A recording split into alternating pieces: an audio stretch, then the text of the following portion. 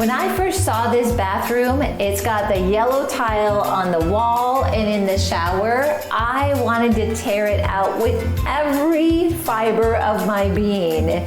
However, my practical son Levi and my husband Dave pointed out to me that, Mom, if you do that, it's going to cost thousands of dollars, and actually this tile is in great shape.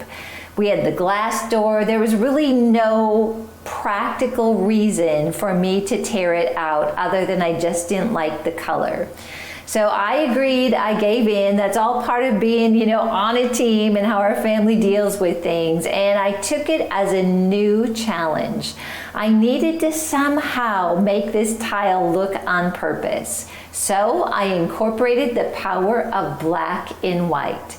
So everything I brought in, including the artwork, is in black and white, which helps cut that yellow.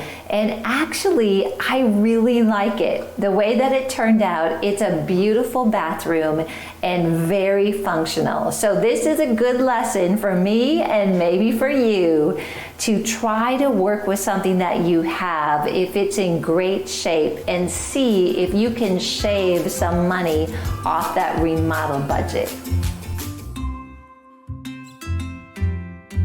This orchid is one of the first things that I incorporated. It brought some softness in the room, but it kept it really in the scheme of black and white.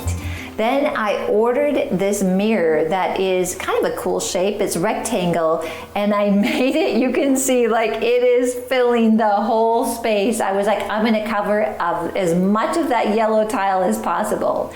And then I found this great light at Lowe's. I really like it. It's a little contemporary, and it's very much black and white, along with the towel bars. I got a white cabinet with a white countertop. I needed a place to hang towels, and so I got this bar that is white with the black hooks. I even got artwork in black and white to add a little pizzazz to this small but functional bathroom.